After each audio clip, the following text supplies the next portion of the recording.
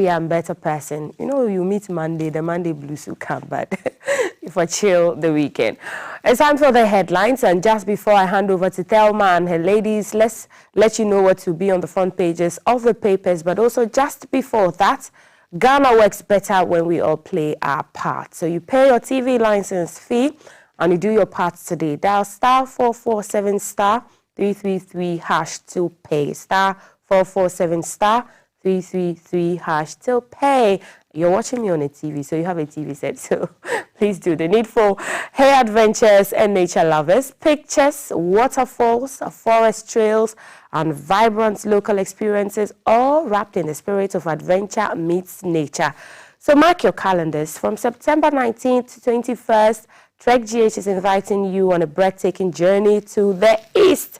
It's not just a hike, it's a celebration of Ghana's natural beauty, culture, and heritage. Whether you're a seasonal trekker or just craving a fresh escape, this is your moment. Get ready to walk, connect, and discover. And so for more information to join this discovery journey adventure or to subscribe, contact 05466855054 or 055-338-2980 for if you want to join Trek GH. As always, all over our social media handles and on TV, GTV and Lifestyle TV. Now the papers, the Ghanaian Times is carrying "Will fish you out. President warns online hate speech preachers." Two NGOs kick against 280% water tariff hike. Pralugu multi-purpose dam project undergoing scope review. 1 billion Ghana cedis are allocated to end double track. That's the education minister there. $3 billion annual food import bill unacceptable. Agric minister captured there. That's for the Ghanaian Times this morning. The Daily Graphic carries President Mahama flags $42 billion import scam. Government earmarks 1 billion cedis to end double track system. Junior Graphic marks 25th milestone. Well, kudos, congratulations. Ghana receives $360 million World Bank funds. These are the big stories on the Daily Graphic this morning. For the Daily Guide, I'm no supreme leader, Mahama. I saw ghosts in Yoko detention. Wound to me there. Heath Goldfields, workers bear teeth over unpaid wages. Okay, that's a story you can find on page 3. Government allocates $50 million to vaccine research production, and CSOs jab Mahama over galamsey or comment. That's the Minister of Lands and Natural Resources, Amabwa. You can see that the Chronicle carries social media abusers will face the law. John Mahama. Heath Goldfields under fire. Workers allege unpaid wages and delay in revamping the mine. And the Ministry of Minerals Commission captured there. Mahama must focus on fixing security matters in Team Fojo. The Honorable captured there for the Chronicle this morning. For the Informer, I will expose falsehood with data. Dr. Baumia warns liars. You can find the story on page 4. Galamsey fight. Mahama rejects state of emergency call. That on page 5. Third Eye Care supports children with some 1,900 glasses. And lessons from Gitmo 2. Published deportation agreement with U.S. Public demands full disclosure from a government. Blows in Amenfi East NDC over drip coordinator appointment, and Ghana barred from aid over debt default. The stories on the Informer this morning. And that's it by way of the papers and what they are saying. That would shape the discussions that Thelma and her ladies would be having. I'm handing over now to IT. Lots on your table this morning. Over to you. Thank you, Martiti. All that color just making the Friday even more brighter. Your color as well. And we are excited to be heading into the weekend. Thank you, girl. We'll see you later for your conversation. More empowerment issues coming up, and we are excited. We are here for it. I'll see you around the bend. Thank you, Martiti. Absolutely. Welcome to the headline segment. I am Thelma Taki. On this side, we're discussing the big stories on the newspapers, online portals, news making the rounds, and the topical stuff that's got all of us talking and thinking. At the table, Ellen Amadeko, special aide to Dr. Mahmoud Baumia and a member of the National Communications team for the NPP, has taken her seat. Aoke Kelly Adubia is yet to join us, a member of the National Communications Team for the NDC. We have extended the invitation. We're waiting for her to join us pretty quickly. And when she does, we'll pick her opinions on some of the stories that we have before us this morning. Ellen, good morning to you. Hi. How have you been? Morning. I'm good. Okay. Give me a side eye. Best behavior 2025. I like it. I like it. A lot has happened this week, and key among them being the president's media encounter. And a number of issues came up in that encounter. He spoke about the economy. He spoke about corruption fight and what all is up to. He spoke about galamsey. He spoke about a possible review of the GIPC Act. He spoke about the CD finding its true level. He spoke about social media people who abuse the platform, who will be, not encouraged to continue. So why have you raised your hand so suddenly? Why not? You are one of those people. But the president said, not just the president, hate speech is discouraged everywhere. So if you are using platforms and you are not using them responsibly, then that's a problem. You must agree with that at least. What are your thoughts on the president's media encounter? Which ones stood out most for you? Good morning. Good morning to you. Welcome. So today, which Ellen should come out? Which one? Which one do you prefer? Because I really feel like being very mischievous this morning. Oh, no. We want the, analytical. Okay. Good morning to His Excellency John Dramani Mahama. His Excellency says that he'll be looking for the IP addresses of those who in his estimation propagate hate speech. I'm excited about it because then it means His Excellency will have to, one, define hate speech for all of us to know what it is. Do we need the president to define? He has to. He's the one looking for the people who are doing that. He has to define, or the laws will have to define what hate speech is in the first place. Then we'll do a comparison and then we'll know who needs to be picked up. Because if what I know to be hate speech is what he's talking about, then Your Excellency, I'm sorry to say that you started it. You're a beneficiary of social media hate speech. You yourself have been one of those who practiced it. You have benefited, you are in government, and now you are telling us that you're going to be picking people up for hate speech. His Excellency should come again. Today, as I said, I don't feel like being too mischievous. Is that what he meant when he said people are using social media? Is he not realizing it? Because a question was posed to the president about how hate speech contributes to tensions and, that's what I'm asking. And tribal. What is the definition for hate speech? Perhaps we should all be educated. But if it is what people are doing on social media now, I don't see it as hate speech. It's happened years ago. It's people are just criticizing you. The former president was criticized by everybody, including himself. I mean, His Excellency John Mahama called His Excellency Nana Addo, former president, and his whole tribe. I don't even want to use the words. Nana Addo had the occasion to complain about that to the Catholic Bishop Conference when they had to go and see him, about the words that His Excellency Mahama then used to describe him and his tribesmen. So that's what I'm asking, that he should define what he means by hate speech. So when he defines it, then we'll all look at it. But if it is what is happening or what has happened, I don't think the president has any stance. He's just feeling a bit of the brunt of what His Excellency Nana Addo has felt for 8 years, encouraged by him and his party. And I just think that there are other very, very serious things that we have to deal with as a country, that he has to deal with as a president. Social media, chasing social media activists is definitely not one of them. Okay, because when he warns people against inciting violence online and warned that those people could be traced and prosecuted, surely that must be in line, because that should not, that's not behavior that should be encouraged. As I said. And he also talked about the national security having the capacity, like you're saying, to track these things. It's not the national security, it's National Signals Bureau.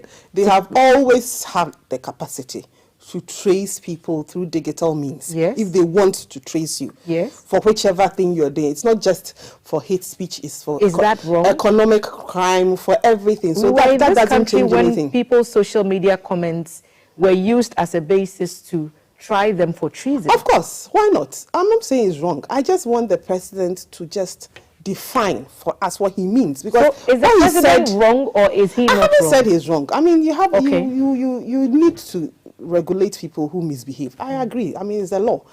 But I'm saying that he, as a person and as a political activist, I'm a political activist, and all his actions of the government and the security agencies seems to suggest that what he said is meant at his political opponents. And I'm just saying that he has been a beneficiary. So he called his political opponent neo-journalist. I was at the encounter. I don't know whatever it is. I just want to understand. I am not there. I'm looking from the back, as a Ghanaian, as a political, bits and pieces, as a political activist, as somebody who have seen him barely 9 months ago, a year ago, who was also, I mean, his Twitter pages, X pages were very, very active. His social media pages were very, very active. And as well as I'm asking for the definition of the hate speech, what does he mean by that? Because if it is tribal and describing people in unpalatable ways, he has been one who did that. He did that to His Excellency Nanado. It's not just him, he and everybody around him. I mean, the NDC actually sponsored people to sit on social media and insult everybody in this country. Would you agree that persons within the NPP have also been accused of him, yourself included? But then I haven't come out to come and say that anybody should be arrested. No, but yourself included. I have been insulted. Activists have been insulted every time, labeled with many things. I have been insulted that you are a bully, you are disrespectful, you are arrogant, and all those things. All women in politics are bullies. We are disrespectful. That's different. But it's very, very, very funny when he has benefited from people that I believe his party sponsored to pick. I mean, these people sit down, they pick one person, and for 3, 4, 5 hours, they are insulting you, they are insulting everybody. It's not just me, they've done it to me, they've done it to the Otunfo. And you return it fire for fire. Of course, I return it. Really, what are you complaining about? I'm complaining about what he is complaining about. What he is complaining about. On the same page? Of course, he's my president. He's my senior in this business. He may be from another political party, but he's the senior. Most of us, the younger ones, are learning from him. Now, if you can call the former president and his whole tribesmen names, and somebody is just doing small atiwa to you, and you're angry, the president should calm down. As I said, there are other things that he has to do, not social media people. He shouldn't concentrate on them. He has 1,001 things to do. Galamsey is there. Okay, so you've brought galamsey. Let's talk about... Mr. President, it's murkier than this. We have to discuss it. Well, the president did talk about the fight against galamsey. He also had the opportunity to answer some questions as well. And some of his responses have been put under the microscope, and people are sharing their opinions and perspectives about them. He was asked a question about why he appears hesitant to, implement that state of emergency. Remember that on the campaign trail in the lead up to the 2024 election, galamsey was one of the key things that the president, then candidate, used to talk about. And at that encounter, he had the opportunity to address that matter head on. He talked about excavators being seized. He talked about the regulation process that was being imposed on excavators at the ports, including tracking to ensure that wherever they end up, there will be an idea of where they are. He talked about the suggestions around government appointees engaging in galamsey activities and his call on the investigating authorities to investigate 2 prominent members of the NDC. He had quite a lot to say about galamsey. He also answered the question about his hesitancy to institute that state of emergency. Let's listen to that portion of the president's speech on or his comment on the galamsey situation, and we'll be back to continue the conversation. Here's President John Mahama. I've been reluctant to implement a state of emergency in the galamsey fight because we've not exhausted the powers we even have without a state of emergency. We have the opportunity to arrest anybody, to confiscate any such thing. There are laws for forest protection and all that give us enough powers to be able to act. Implementing a state of emergency might sound nice, but it should be the last extreme, the last resort. So for now, let's exercise all the powers we have. And if it becomes... By Awo Kekele Adubia, a member of the National Communications Team for the NDC. Awo, good morning to you. Good morning. You missed a few minutes. Ellen has been on, a social media comment that the president made about persons who use the platforms to incite, tribal tensions and spread false information and hate speech. And we've just now landed on the president's comment on galamsey, and what he said is his reluctance to implement the state of emergency because he believes Ghana has not yet exhausted the powers the government already holds under the existing laws. So I'll let Amma finish her comment about that galamsey state of emergency bit that the president talked about, and I'll pick your thoughts on what the president actually meant in that moment. Amma, what's your challenge with the president's stance? This is His Excellency John Mahama's second term, in quote. I'll say he was quite fortunate. He did the first term.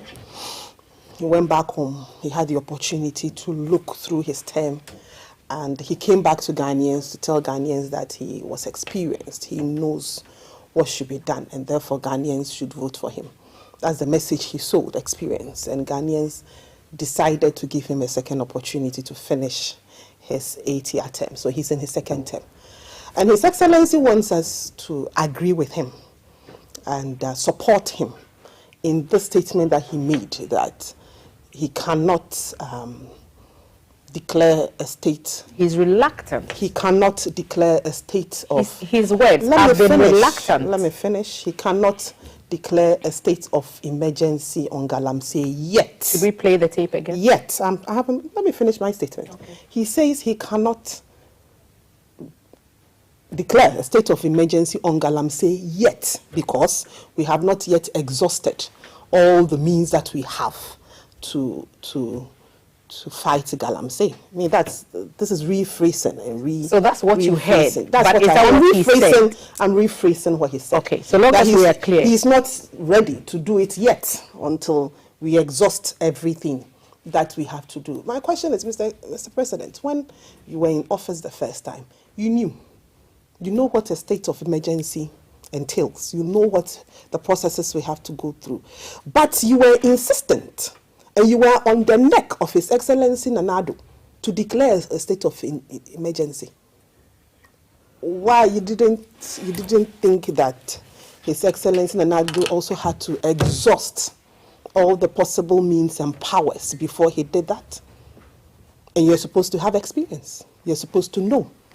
But for political expediency, you were so much on His Excellency's neck, to the former president's neck, to the extent that all the efforts he put in, you went behind him during the campaign and you went to unravel everything. Did he? Oh yes, he did. The first one, 2020 elections. You go into the mining areas. His Excellency Nana Addo Dankwa Akufo-Addo and his government are wicked. They are actually putting the galamseyers, putting them to court and putting them to jail. So when I come, those ones who have been sent to court and are in jail are not the kingpins. I'll look for the kingpins and put them to jail. What were you doing? At that time, His Excellency Nana Addo, the former president, was in the middle of fighting this. He had put his presidency on the line. His own party people somewhere involved. He was actually in the battle. You didn't support him. You rather Nana Addo was still president. Yes, that's what I'm saying. Yeah, he was right in the middle. He was right in the middle of it. You did not support him. You actually went against him, undermining him.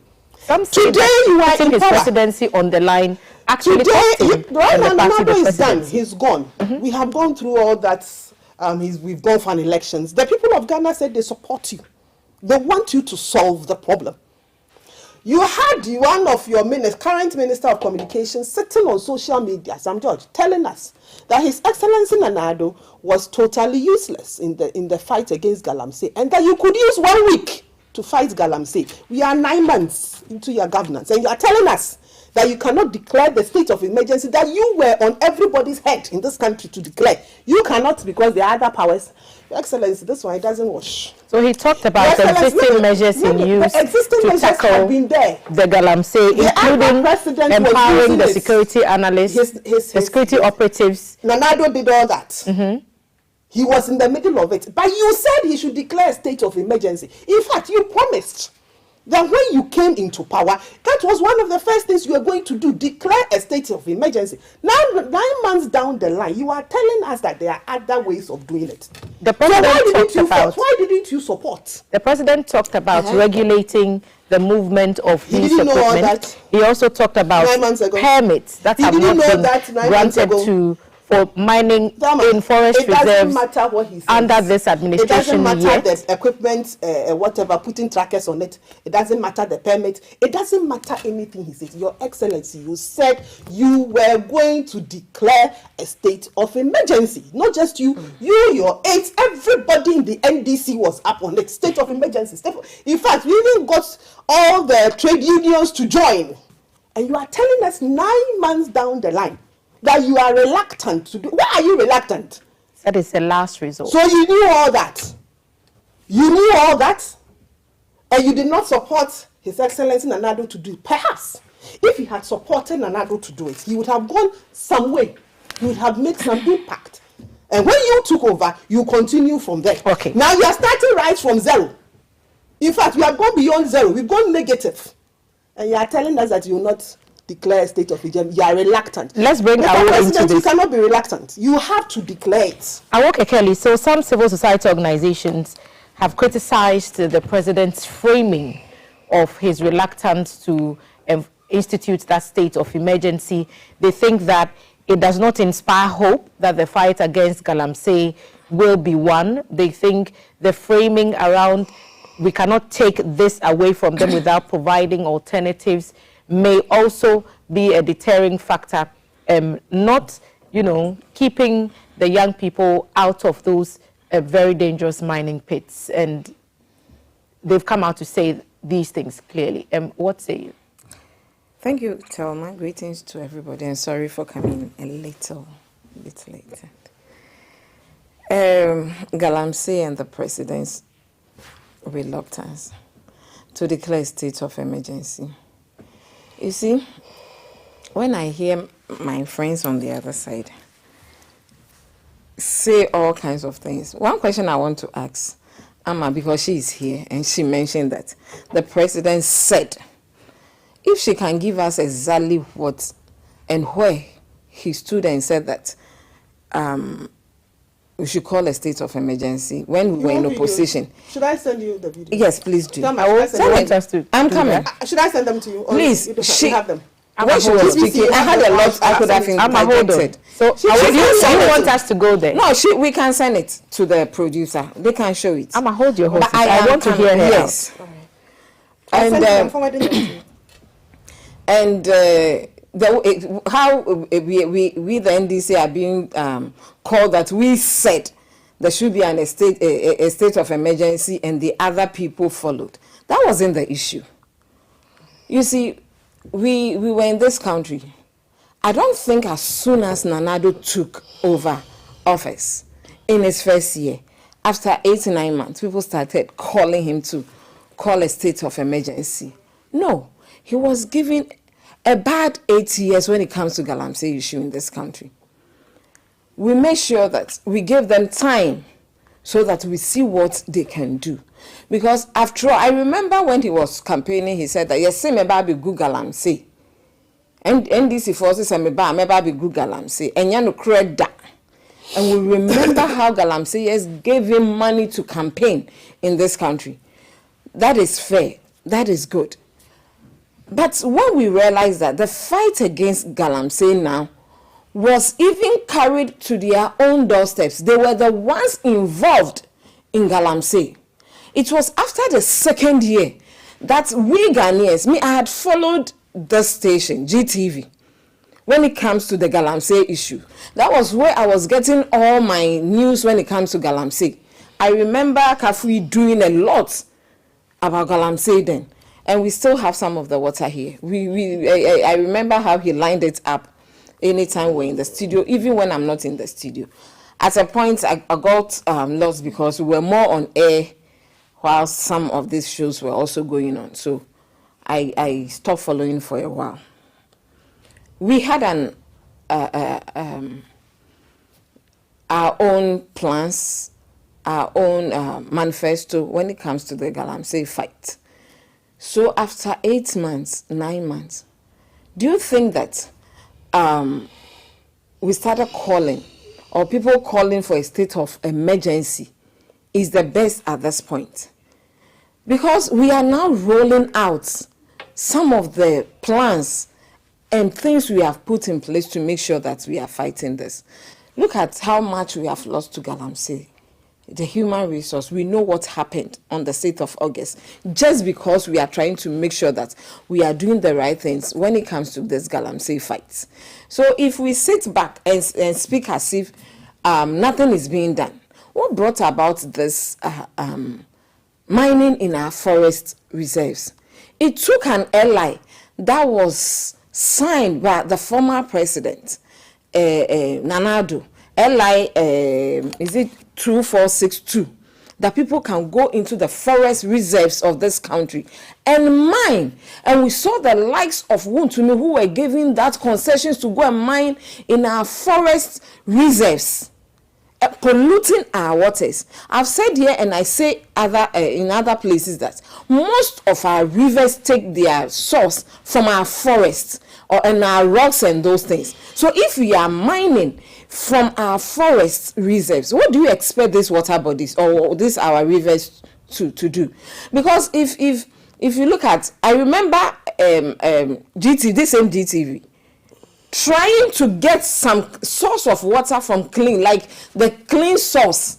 They tried. I followed it to I think an hour, 1 hour 45 minutes, because I was going on air when it started. I followed it, trying to see that at least there was some hope in sight. Nothing like that was there. Over an hour. The argument is on the campaign trail. Yes. The president had adopted a tough stance against galamsey, promising the people of Ghana that when he was giving the nod, he would do whatever it took to bring this situation from where it is, and it still is at this point that you're seeing on your screen. It is still at this extent of devastation. People are still going into, water bodies, desecrating lands meant for agriculture, desecrating people's farms, cocoa farms that earn us precious foreign exchange that we use for our infrastructure, that we use to pay, the bills of the country. And they are doing this with reckless abandon. President Mahama, on the campaign trail, told the people of Ghana that he understood the severity of the situation and that when he came into power, he would stop it. That was the promise on the campaign trail. Now, the power is in his hands, and the people of Ghana say, walk the talk. So all these things you're saying about the allegations brought against Wontumi and the extent, the people of Ghana know that. The people of Ghana want this gone. That's all. Thelma, is there no commitment on the side of this government? You've not seen that one. Or Ghanaians haven't seen. Are we sleeping when it comes to galamsey? No, and a big one for that matter. Like I said, we have lost so much to galamsey already. And we haven't given up. Talking about disagreeing with the president's recall of the police from the reserves and asking that, insisting that they were getting some of the work done. So why bring them back? And the president said they should coordinate with the NIMOS that's been put in place to do these things. But people say, well, we can't have too much if we really want to attack this more seriously. So the more boots there are on the ground, the better for all of us in the fight against galamsey. And those are their concerns. Yesterday I said somewhere, I'm so happy that now we are finding our voices. Because for the past 8 years in this country, we had a lot of people who lost their voices, whether they were sleeping or they went into coma. For me, that's not even, I'm happy that this is a government that we can all sit and talk about issues and jojo. The past 8 years, people I'm coming. Thelma, let me, when you do like that, I'm not able to flow.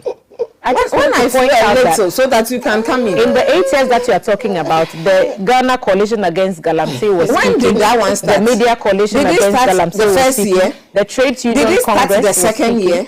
Did it start the third year? You said within. It means 1 to 8. So I am trying to give you that within this 8 years, we saw people quiet. It was during a campaign, the last year of the last government, that people now, when they fight, when they lost, I think they had 5 powerful whatever to mitigate all these things, which didn't work. When they lost, and for this call for the appeal of the airline, that they refused to do because things were happening that traced straight to the seat of government. Names were mentioned. We were in this country when Professor Frimpong Boateng lost his job because he came up with a committee and a report that this thing is happening because we are tracing it to the seat of government. And people were being shielded. We saw the announced expose on galamsey. What happened? For me, I am not even worried about because it's in the past. But like I said, is there no commitment on the side of this government? Yes, there is a commitment. We are trying everything possible. If this thing didn't work, we are bringing in another thing to make sure that it works. So that at the end of it, we all achieve what we are looking for. So if the president is saying that this thing we cannot call a state of emergency at this present moment, because as a new government, we've not rolled out everything we have planned. At least you give this government, like you did with the MPP. We saw the problems. We knew about it. We are now trying to put in what we brought on board. For that reason, people voted on for the NDC. There are things that happened. We realized that the way and manner it was handled wasn't the best. So you expect us to go on the same tangent. How do we get the different results when we are doing the same things? Or we want to do those old things that was done then to fight this thing. We are fighting this galamsey thing. So we get to the point, and the president didn't rule it out, the state of emergency. So we get to that point that now we have to, because repealing of this LI is in Parliament. Is it a lie? Is it not a commitment to repeal that LI and to make sure that even if you have license to mine, you can't do it in places that you are not supposed to do it? So all we are saying is there is a commitment on the part of the president and this government. We have a land minister who hasn't thrown his hands in despair or who has not come to say that he's being frustrated, like we saw in the former administration, where the minister was frustrated to the point that he has to resign or he lost his job. If you don't go, we'll pull you out. So you have to go honorably so that you can keep at least the little integrity you have for yourself. Unfortunately, we saw when people started calling for this state of emergency, we all as Ghanaians, including all political parties, that is NDC included, because at the end of it, we are all Ghanaians. So you joined the call. Why will you say that we brought it? When we were not the ones. But that was what I want to say, that we were not the one who called for it. I will no problem. I'm saying that if I want to eat kenke this morning and you say, oh, this kenke looks nice, tomorrow I'll also bring kenke.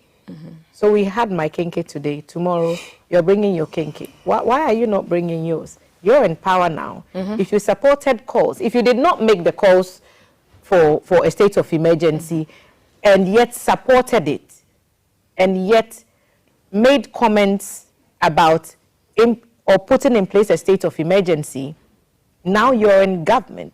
Shouldn't you do it? What you supported? If we say the president supported, because I never heard You the said president. no. I said us. So because the some party, of us as the party communicators, supported the calls. But I don't remember even hear me sitting here. I never said that we should go for it. But you're admitting that I am admitting that some people did. Yes. Political parties, did not mean that it was just the NDC. We don't have only one political members party. of the NDC did make that call, did back that call. I don't know any key member. If you have it, you can mention. Because sitting here, I don't have anybody that I can mention that Awo Kekeli said this at this place or sitting on this station. That I don't have. A few names come to mind. Yes, but I'll give you grace. But no, I don't care. No, because if we said it, we said it. Do you understand? For me, now do it. We are not going to do it like the president said. It does not also mean that we will not do it when it gets to the point that we have to. But we are praying because of the measures we have put in place and we are still rolling out that it might not get to that point. That I sat with my sister Amma, who said we should shoot and kill. I still agree. She's still, yes. But that one, we don't hold it against their party. No, I am saying something. Not now. She said it then. When they were in power. But it doesn't also mean that I should go and say that it was the MPP that said it. Yeah, it was the president then that said it. No, that is what I want us to distinguish in between. So, for the commitment is there. We are doing it and we'll make sure that when it gets to that point, and we are all praying that it will not get to that point that we have to call for a state of emergency. All those people who are now not happy that we are not calling for the state of emergency, they get the government then ultimatum to call for a state of emergency. If they don't do, they will go on strike. When they were called to the Flagstaff House, after that afternoon, what happened? They didn't go back to whatever they promised Ghanaians. And so today, if they are, after giving grace period of 8 years to the former government, 9 months into government, they should know that we are still in course and we are still rolling out measures to make, unless you are telling me that we are not seeing what is happening. Okay. Now we are wearing some spectacles that do not see the good of the government, unless it favors our people.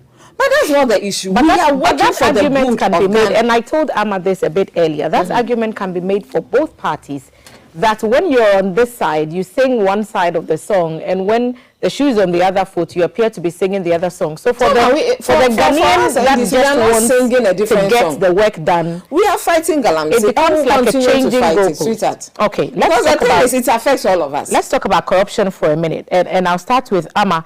The president said there are over 200 cases of corruption that are under active investigation, and that about 80 people have been interrogated so far, and several prosecutions have begun. Among the key cases he mentioned that are being pursued, the Exim Bank transactions, the Befa stock case, the drip equipment case, investigations into the African Cup of Nations case, and the Matset case.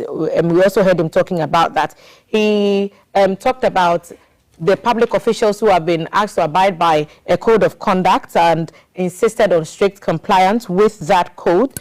High-level working group inaugurated to draft a new anti-corruption strategy to strengthen ethical governance and institutional coordination.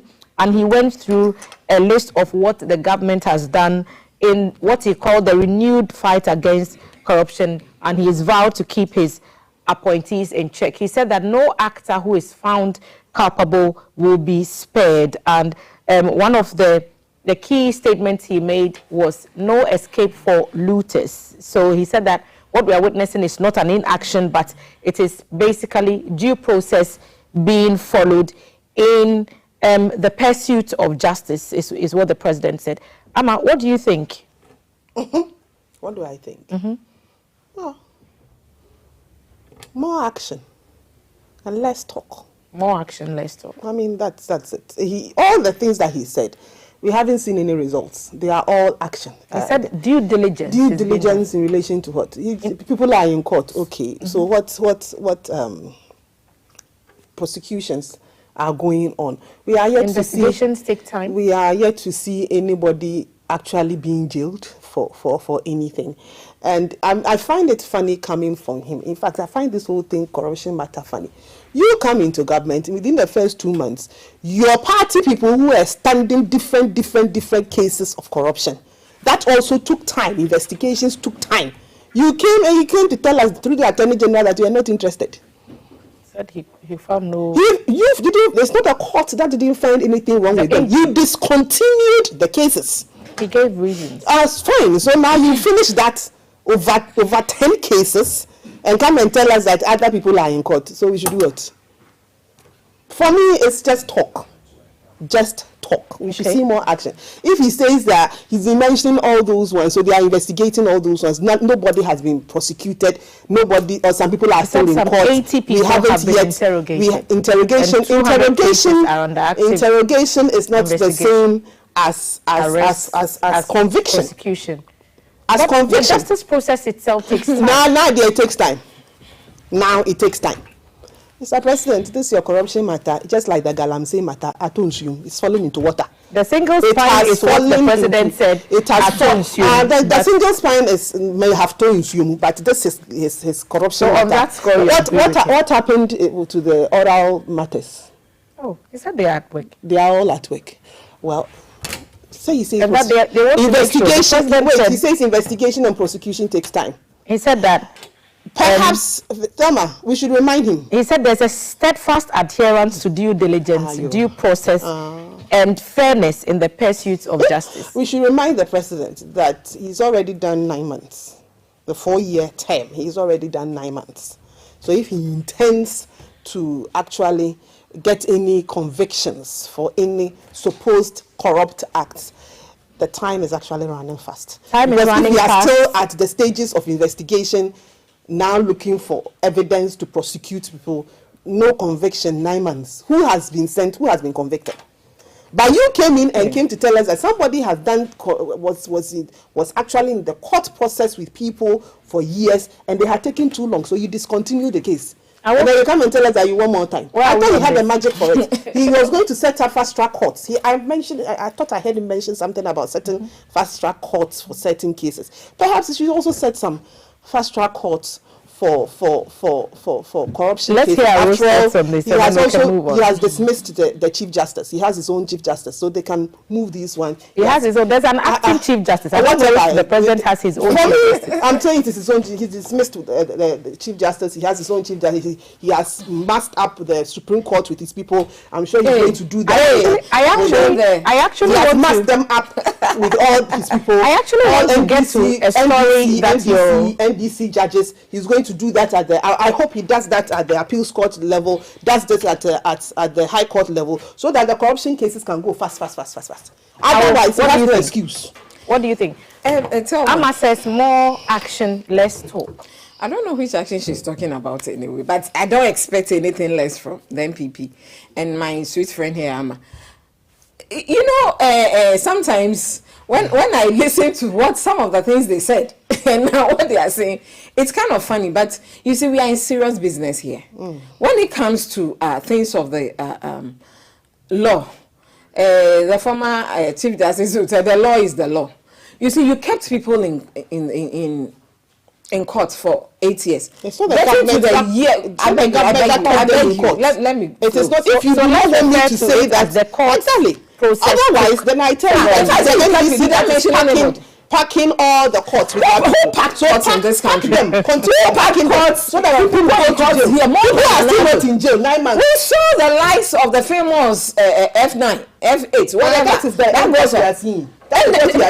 is the kind of things you take you move the Supreme Court members for 15 you are telling me that you have not passed. Let me meanwhile the appeals court people too are waiting. How many did you keep there?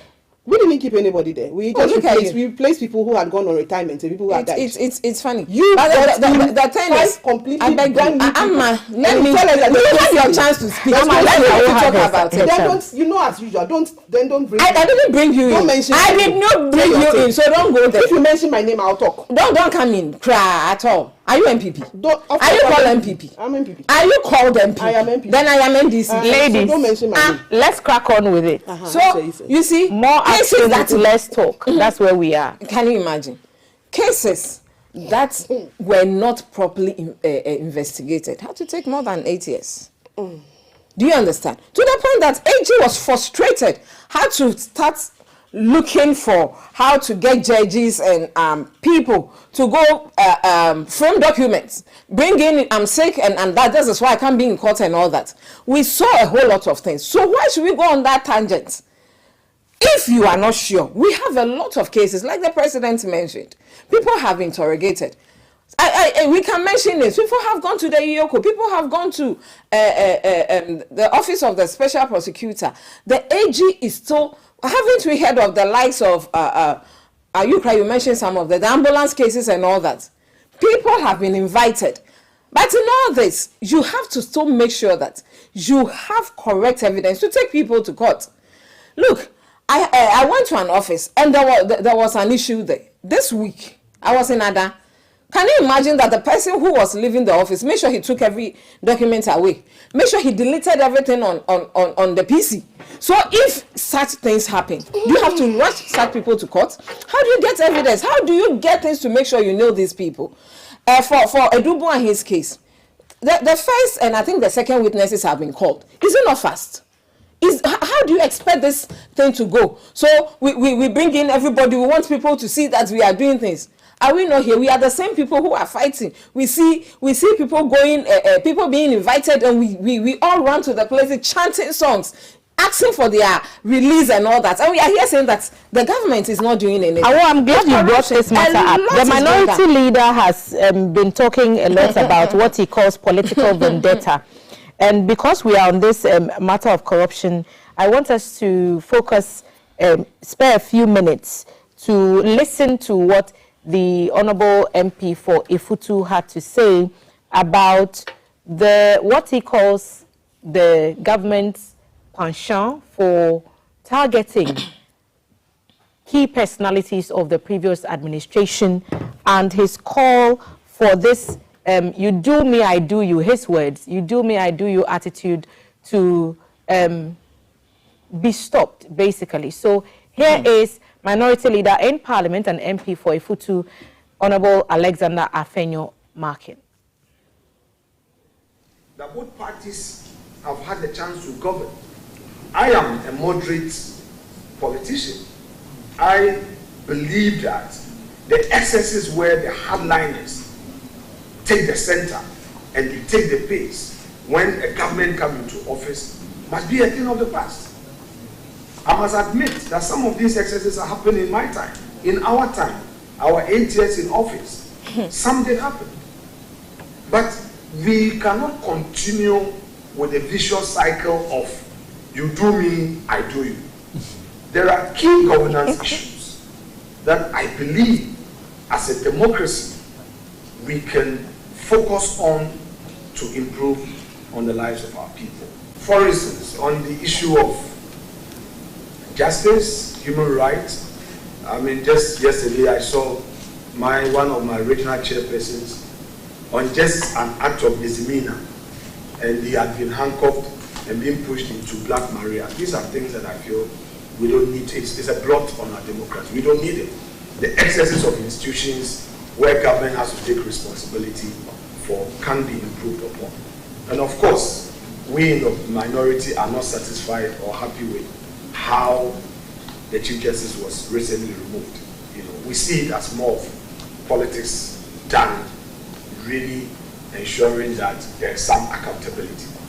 Of course, once we've been in office for 8 years, we expect that the new government coming in with its reset policy may want to investigate, and all is part of the politics, the democratic accountability. They must. But we also expect that the law will be applied in a humane way. So, for instance, if you are investigating someone, you ask the person to report, and he reports. You don't just handcuff the person when he has voluntarily come to you for investigation, and then you say, I have put a bail bond of, say, 50,000 on you, look for property before I release you. These are some of the challenges that we believe we can improve upon. Minority Leader Alexander Afenyo Markin speaking in Parliament yesterday when the UK Minister for International Development, Baroness Jennifer Chapman, and other civil society organizations met at that round table. So because we're talking about corruption and tolerance and all that, that's why we had to throw that in very quickly. Quick thoughts on what he said, and then we'll wrap it all, just a minute each, because I have another really important matter that I want us to touch on quickly before we go. So Honorable Afenyo Markin said, we've all done it. happened where perhaps things could have been done better. So, at least end intolerance. There is some genuinity in this. I just hope, like my sister is saying, it's not about talk. It's about really coming from the heart and the soul of the party and the people. You know, sometimes the people who are in the helm of the affairs are not the ones publicly. And so it's like that cancer or who knock a cow. Do you understand? They will come and say things nicely, and by the side, they will just go and push people to do things that they are saying against. And sometimes you come and fight, and when we close, then you go for breakfast. We don't fight, we fight. We agree and disagree. One day we'll send our cameras to follow you. I may not like what she's saying. She might not like what I'm also saying, but we move on. One day we'll send our cameras to follow both of you after the show. Then we'll see what you all get up to. We are not enemies. That's what Ghanaians have to. We are not enemies. We have different principles and whatever we follow as a party. And when things are going wrong, I don't believe that when you are in power and you are not doing right and people are trying to straighten you, you should have issues with it. That's no. your bit on it. A quick one. Your minority leader appears to have said it all. Do you have any more to add quickly? The minority leader did say that he is a moderate. She's not. And in every party, we have the moderates, we have the hawks. The extremes. It looks like when the NDC took over, they have allowed the hawks to lead in certain things. I mean, when we started off with going into people's houses without, what do you call it, the warrant that you need to get into people's houses, search warrants, you go and destroy things, pick things, all those things have happened. So the minority leader is speaking from a certain precedence. And yes, he did admit that during our time, yes, things might have happened that should not happen. And being a moderate, he believes that now that we have done, I do you, we should stop. You do me, I do you. You do me, I do you, we should stop. Well, I'm sure there are a lot of moderates in both political parties. I am not a moderate. Okay. I have not said and Honorable Afenyo Makin is a moderate. He calls himself a moderate. Yes, I say he's a moderate. He calls himself a moderate. Honorable, I agree with a bit of what you are agreeing, but whether you do me, I do you will stop. Well, let's hope for the future.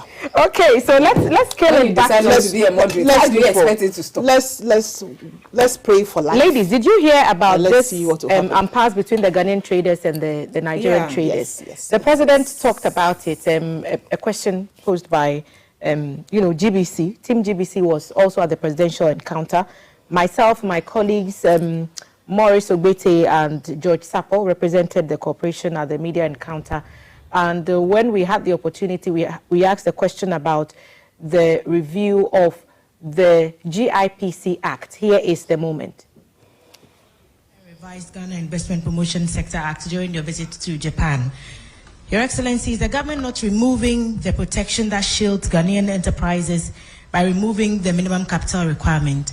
And also the concerns about the Ghanaian traders with the activities of the Nigerian trade partners in the country. There's a request for that part of the GIPC Act to be amended to make it possible for Nigerian and indeed other African traders to move more freely within the space because of ASCFTA. What are your views? Thank you. With regards to the GIPC Act, we are living in a new environment. We have the ECOWAS Trade Liberalization Scheme. We have the African Continental Free Trade Area that wants us to open our markets to each other.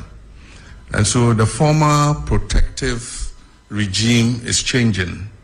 And so we need to review the GIPC Act to be able to take cognizance of that.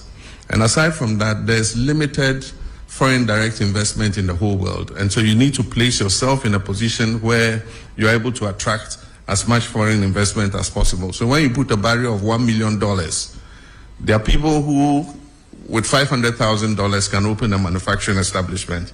But because you say he must show $1 million of transferred capital into the country, then you shut out that investor. And that's why, as part of the GIPC review, we're removing the minimum requirement so that anybody who wants to come and set up a business in Ghana to provide employment for our people is welcome to come. But that is different from the issue of the markets. And so there's advocacy that we should... One and only. Okay, so the president did say that. During the week, I had the opportunity to speak to the president of the All Nigerian community in Ghana right here, and he had, some concerns. He believes that because of the ECOWAS treaty that Ghana is signatory to, when we say foreigners in that GIPC Act, it should not be inclusive of, persons within the community, and community I mean the ECOWAS, so the Economic Community of West African States, and specifically to Nigerians. The president says there is going to be a review of the act, and perhaps some of these matters would be laid to rest. Amma, do you have any concerns about the Nigerians trading within the retail space? One, the law specifies what they can do. As we speak now, there's a law. So until it is reviewed to suit current circumstances, I think we should all abide by it. And just as the president said, there will be a review. And I think there should be a review. This law has been in existence for more than, 30, 40 years. So the circumstances that led to this law at that time definitely does not exist now. So we need to have a review of the law. But whilst we are doing that, I'll plead with our Ghanaian brothers and sisters who are in these markets. And I'm doing a special plea because most of my kinsmen are traders and they are there. The Kwao people as far as in trading. And it's very heart-wrenching when you put in so much and somebody comes in from... The foreigner comes in, and the space that is supposed to be protected for you by law, the person comes in. So if you realize the task force that they set up to go around was led by them, by the traders' unions and their leaders. And the Nigerian community did not like the fact that it was a traders union and because that was leading. It's a recipe for disaster. There are people who are supposed to actually do this. It's the GRA, and if they need help, they have to call in the police, and then they do it. But not our trade unionists, because one, it puts you out there, you are exposing yourself to danger. And remember, this is money we are talking about. This is trade we are talking about. You might be targeted. So I honestly was not too happy about the fact that they were the ones leading this crackdown or getting people, because if the people gang up and they say they want to beat you up or harm you, that's also going to cause another stress that we don't need at this time. Already we are having a few issues with some of our Ghanaian brothers and sisters because of the issues in the Savannah region. They have crossed over to other countries. We live in a society. We live in an ecosystem where we have our brothers and sisters in other countries. Ghanaians who are living in other countries. Now, assume we start attacking the Nigerians here. Can you imagine what will happen to our brothers and sisters who are in Nigeria? So we have to be very, very circumspect about these matters. If the president says that they are going to review it, I'm sure during the review, they'll also bring the trade unions on board, the traders' unions on board. So they also come and give their say on it and how they can also be protected. Let us all go by those things. We definitely do not need any chaos in our markets. We don't need it. Okay. Awo? Yeah, when I saw this thing, I got a little worried about the last bit of what Amma said. Are people living outside? That was what I was thinking of first.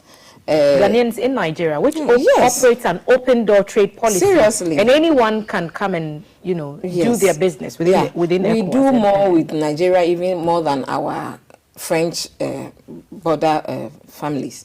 So some of these things should be looked at, especially why do you expose yourself? So they couldn't have done that behind.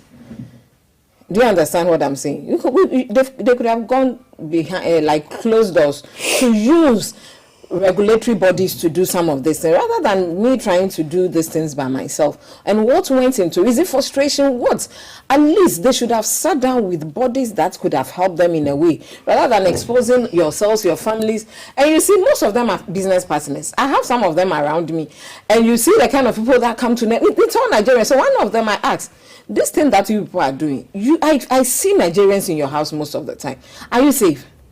And he just said, So we should rethink about some of these things. Okay. And the way he went about it, as if some of them did not also know that these actions were going to be taken. So they should at least have done a little more consultation than trying to just hit on people without going down to the people, speaking to them on how to do some of these things. We are begging our people. We have Ghanaians all over the place. Me, I have a lot of families there, so I go to Nigeria a lot. So you can imagine, if you have to be doing some of these things and you go and you're a Ghanaian, how you'll be treated and all that. We should think about the human face first when you are doing some of these things. But I thank the president that he's not going to just sit and just speak about it. There is going to be a review, because some of the laws have really become obsolete, and we can't use it for anything good. Ladies, thank you for adding your voice Thank you for having to us. these topics, making the waves. Other pressing issues or other big stories that we did not have time to interrogate, the Ghana Water Company Limited shutting down the Kwanyako headworks because of galamsey, feeding into the whole narrative about a strict clampdown on galamsey. Also, coming up later in the month, the NDC's candidates becoming the sole name on the ballot paper in Tamale Central, and the implications on the election on September 30. But ladies, thank you for making time to join us for this chat this morning. Elena Madeko is a special aide to the former president, former vice president, Dr. Mahmoud Baumia, and Awo Kekeli Adubia is a member of the national communications team for the NDC. Ladies, so it's breakfast time. So you just mentioned Awo Kekeli. You leave that. You see? We'll take a break, and when we return, the show continues.